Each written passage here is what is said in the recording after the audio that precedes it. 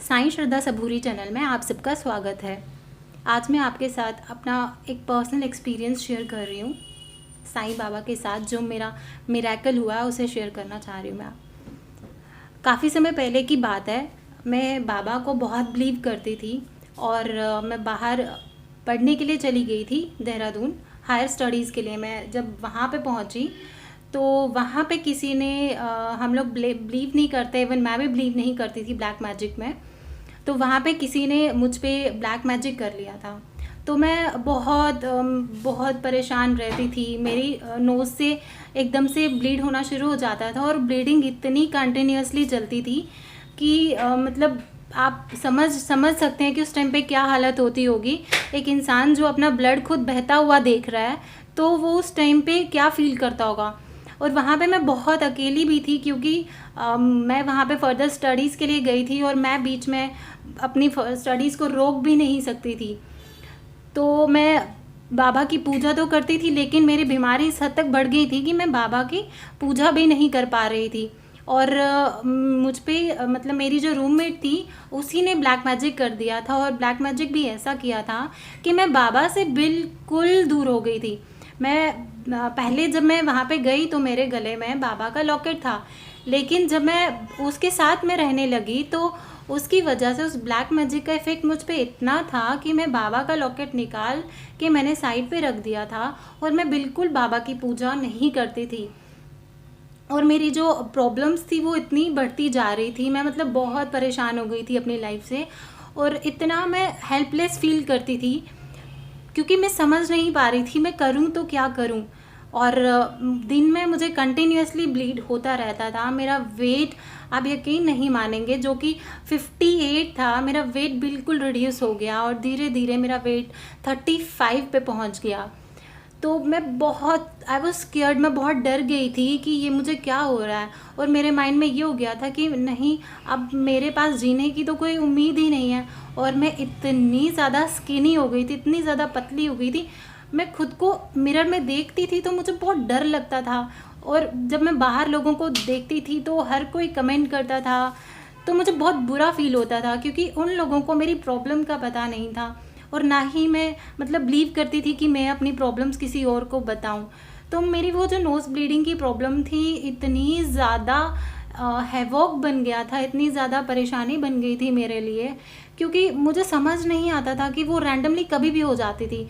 अब मैं ट्रैवलिंग भी अपना बंद कर चुकी थी, इवन मेरा कॉलेज भी छूट गया था, लेकिन फिर भी मैं अपनी पढ़ाई को बीच में नहीं रोकना चाहती थी। इसीलिए मैं घर भी वापस नहीं आना चाहती थी। तो मैंने अपनी उस बीमारी के साथ ही कंटिन्यू करने का सोच लिया। और बाबा से तो मैं दूर हो गई थी, लेकिन कहते हैं ना कि आप बेशक बाबा से दूर हो जाओ पर बाबा आपसे कभी भी दूर नहीं होते हैं। तो मैंने स्टार्ट किया, मतलब कॉलेज जाना मैंने स्टार्ट किया और रैंडमली मुझे दिन में 4 बार 5 बार होती रहती थी।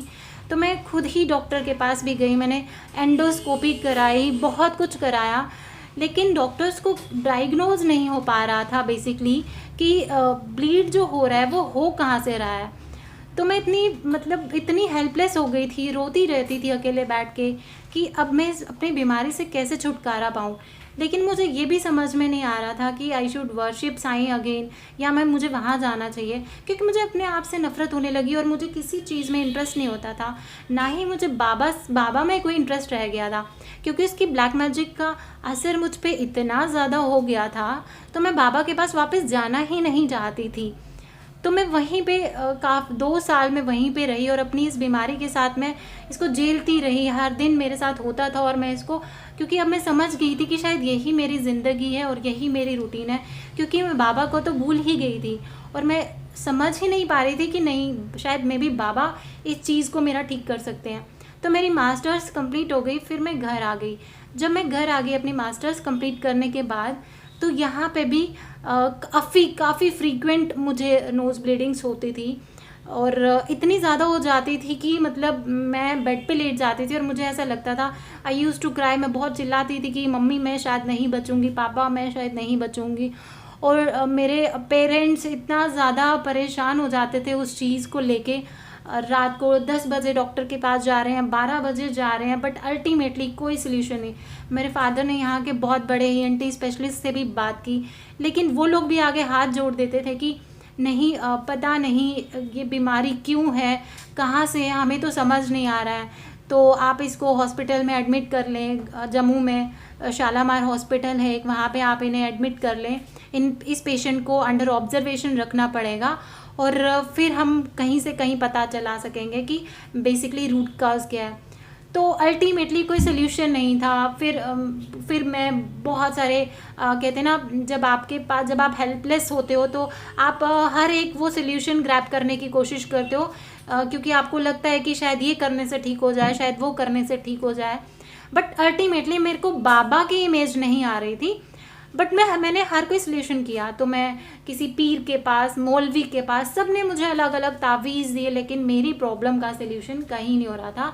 और इवन जितना जितना मैं तावीज़ ले रही थी, पीरों में जा रही थी, उतनी उतनी रैंडमली मेरी प्रॉब्लम्स और बढ़ती जा रही थी। पहले मुझे दिन में 3 बार होती थी, अब मुझे दिन में 5 बार, 6 बार, और ये भी 5-5 मिनट, 10-10 मिनट, 15-15 मिनट। और आप सोच सकते हैं कि मेरा ब्लड कितना लॉस होता होगा। और मैं इतना डर जाती थी, तो मैं कई बार तो मैं उस ब्लड को, उस क्लॉटेड ब्लड को अंदर ही ले लेती थी, क्योंकि मुझे फियर हो गया था कि मेरा ब्लड निकल रहा है। मैं इतना ज़्यादा डर गई थी, तो मैं उस चीज़ को अंदर ही ले लेती थी, उस ब्लड को, सो दैट कि मेरा ब्लड कांस्टेंट रहे, क्योंकि मैं समझ नहीं पा रही थी, वो इम्प्योर ब्लड था जो मैं ले रही थी अंदर। बट उस टाइम पे मुझे कुछ समझ नहीं आ रहा था, क्योंकि मैं बहुत ज़्यादा डर गई हुई थी। उसके बाद मैं फिर रैंडमली मैं एक दिन सोई, तो कहते हैं ना कि जब बाबा ने कुछ करना होता है तो बाबा फ्रीक्वेंटली आपकी चीज़ों को पकड़ लेते हैं और आंसर कर देते हैं। तो मैंने बाबा का, मैं एक दिन यूट्यूब पे चैनल देख रही थी किसी का, तो बाबा का एक भजन आया। वो भजन मेरी, मतलब मुझे इतना अंदर तक मेरे इमोशंस को डीपली टच कर गया। मैं उस भजन का आपको बताऊंगी, आपने में भी वो भजन सुना भी होगा, जब कोई नहीं आता मेरे साईं आते हैं। तो वो भजन डीपली मेरे रूट्स में इतना ज़्यादा है, गॉट गूज बम्प्स।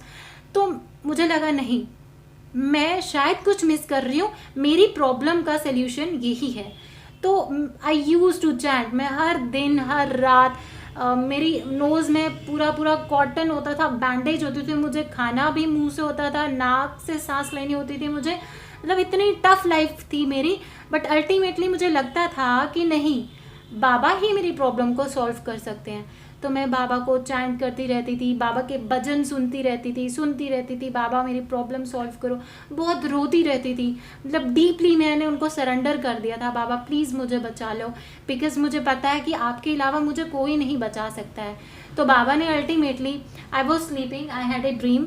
तो जब मैंने सपना देखा, मैंने सपने में क्या देखा कि बाबा ने मुझे सारी की सारी शिरडी दिखाई, बाबा ने मुझे सपने में। तो बाबा ने एक एक चीज़ मुझे शिरडी की दिखाई सपने में। तो रैंडमली मैं जब मॉर्निंग में उठी तो मैंने अपने पेरेंट्स को कहा कि मुझे शिरडी जाना है। तो my father was like what, तुम शिरडी कैसे जा सकती हो, तुम्हारे डॉक्टर्स तुम्हें अलाउ नहीं करेंगे। इवन मैंने डॉक्टर से परमिशन भी सीख ली, लेकिन उन्होंने भी मुझे मना कर दिया कि travelling is not allowed, you are not suppose to stand, आप खड़े भी नहीं हो सकते, तो आप ट्रैवल कैसे करोगे। बट मेरा अल्टीमेट सोल्यूशन था, अगर मुझे मरना है तो मैं शिरडी में जाकर ही मरूंगी, और अगर मुझे बचना होगा तो मैं वहाँ पे जाके ही बचूंगी, but I have to go. लेकिन जब मेरे पेरेंट्स इतना ज़्यादा मतलब परेशान हो गए इन चीज़ों से, तो they said okay fine go. तो मैंने टिकट कराई। Eight that time I was on fasting, तो मैंने अपना फास्ट नहीं छोड़ा।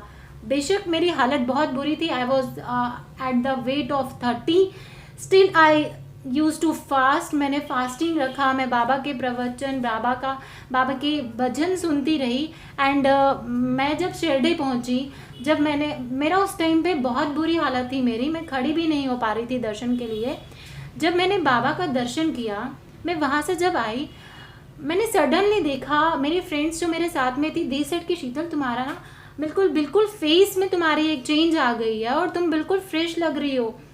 और मैंने खुद में भी बहुत एनर्जी फील की और मुझे लगा कि हाँ, अब मेरी प्रॉब्लम सारी सॉल्व हो गई। एंड मुझे बहुत अच्छा लगा वहाँ पे उस टाइम पे, मैं बता नहीं सकती। क्योंकि जब एक बंदा जो बिल्कुल खड़ा भी नहीं हो पा रहा है अपने पैर पे, वो शिरडी पहुँच के बिल्कुल खड़ा है और अच्छे से बात कर रहा है, सबसे खुश है, तो उस टाइम पे जो एक परम आनंद होता है ना, मतलब यू कांट इवन, उसको आप बता भी नहीं सकते, उसको आप जज भी नहीं कर सकते हो कैसी फीलिंग होती है। आफ्टर देन जब मैं घर आई, it was at that time, ये 2018 की बात है, टिल दिस 2018। और जब 2018 के बाद से लेकर आज तक टिल दिस मोमेंट मुझे वो नोज़ ब्लीडिंग कभी दोबारा नहीं हुई। And I am good at health, और मुझे कभी भी कोई प्रॉब्लम नहीं हुई तब से, ना ही कभी भी मुझे वो दोबारा नोज़ ब्लीडिंग हुई। बिकॉज बाबा ने मुझे सेव कर लिया था, क्योंकि बाबा कहते हैं तुम मेरे पास आओ, I will save you my child. तो ये मेरा बाबा के साथ मिरेकल था। एंड आई बिलीव अगर आप भी बाबा पे फेथ करेंगे और बाबा की पूजा को बहुत श्रद्धा से करेंगे, अनन्य भाव से करेंगे, तो डेफिनेटली आप मिरेकल्स को ज़रूर देखेंगे, जैसा कि मैंने देखा। अगर आपको मेरा एक्सपीरियंस बाबा के साथ अच्छा लगा हो तो प्लीज़ आप इसको शेयर करें और इसको सब्सक्राइब ज़रूर करें, ताकि मेरे जो भी आगे अपकमिंग मिरेकल्स होंगे जो बाबा के साथ मुझे मिलते रहते हैं, तो मैं आपके साथ वो ज़रूर शेयर करूँगी। जय साईं राम। बाबा आप सबको ब्लेस करें।